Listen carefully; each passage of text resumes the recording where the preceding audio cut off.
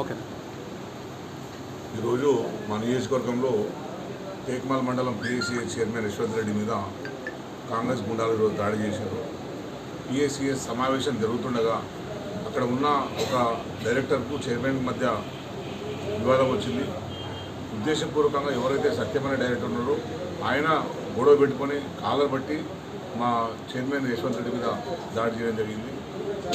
అంతకంటే ముందు అతను ప్రీ ప్లాన్ ప్రకారమే, దాన్ని బట్టి అర్థమవుతుందంటే ప్రీ ప్లాన్ ప్రకారమే ఆయన వెనకాల కూడా కొందరు తీసుకొచ్చుకున్నాడు. ఆల్రెడీ ముందే దాడి చేయడానికి ప్లాన్ చేసినట్టు అర్థమవుతుంది. ఎందుకంటే అతను ఇతని మీద దాడి చేయడానికి ప్రయత్నం చేసిన వెంటనే వాళ్ళందరూ కూడా లోపలికి వచ్చి యశ్వంత్ రెడ్డి మీద దాడి చేశారు.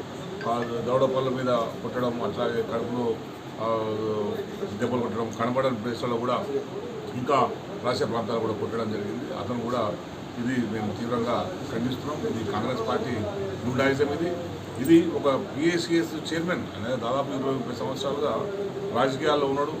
టేక్మాల్ మండలంలో పిఎస్సిఎస్ను ఒక ఆదర్శ సొసైటీగా తీర్చిదిద్దారు. పెట్రోల్ బంక్ కూడా పెట్టారు అక్కడ. అటువంటి వ్యక్తి మీద ఉద్దేశపూర్వకంగా రాజకీయ కక్షలతోనే ఈ దాడి చేసిండ్రు. కాంగ్రెస్ పార్టీ ఆధిపత్యం కోసమే అవిశ్వాసం పెట్టే ప్రయత్నం చేసిండ్రు. అవిశ్వాసం వీగిపోయింది. అతను అవినీతి పాల్పడ్డాడు అని చెప్పి కంప్లైంట్ చేసిండ్రు. ఆర్డీఓ గారు వచ్చి ఫిర్యాదు చేసిండ్రు. ఎటువంటి అవినీతి జరగలేదని చెప్పి ఆర్డీఓ గారు కూడా చెప్పడం జరిగింది.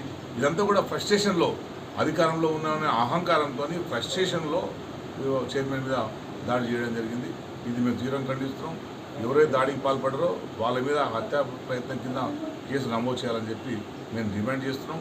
మా నియోజకవర్గంలో ఎప్పుడు కూడా 10 సంవత్సరాల కాలంలో ఇటువంటి సంఘటనలు జరగలేవు. మొట్టమొదటిసారిగా మేము ఇట్లాంటివి చూస్తున్నాం. ఈ 2-3 నెలల కాలంలో కొన్ని జరిగినాయి. ఇప్పుడు మళ్ళీ కూడా ఈ 2 సంఘటనలు జరిగినాయి.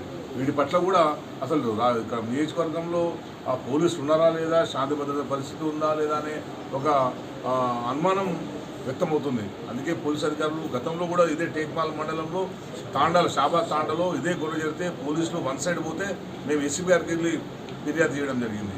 అప్పుడు అక్కడ పరిస్థితిని కంట్రోల్లో తీసుకొచ్చారు. ఇప్పుడు కూడా ప్రతిసారి మేము ఎస్పీ దగ్గరికి వెళ్ళి కంప్లైంట్ చేయాల్సిన పరిస్థితి ఎందుకు తెచ్చుకుంటారో పోలీసు అధికారులు మాకైతే అర్థమవుతుంది. అందుకే మీరు ఉన్నట్టుగా వ్యవహరించండి, వాస్తవంగా వ్యవహరించండి, ఎక్కడ న్యాయం ఉంటే అక్కడ వ్యవహరించండి. అంతే తప్పించి ఉద్దేశపూర్వకంగా దాడులు చేస్తున్న వాళ్ళ మీదే, వాళ్ళ దాడిలో గురైన వాళ్ళ మీద కేసులు పెట్టుకుంటూ దాడి చేసిన వాళ్ళని తప్పించే ప్రయత్నం చేస్తే మేమేం ఖాళీగా కూర్చోం. మేము కూడా తప్పకుండా దీనికి ప్రతీకారం తీసుకుంటాం. మేము కూడా తప్పకుండా మా నియోజకవర్గంలో ఇటువంటి సంఘటనలు పునరావృతమైతే మేము కూడా ఈ ప్రభుత్వాన్ని తీవ్రంగా నిరసించుకుంటూ నిరసన కార్యక్రమాలు చేపడతామని చెప్పి ఈ సందర్భంగా హెచ్చరిస్తున్నాం. ఓకే.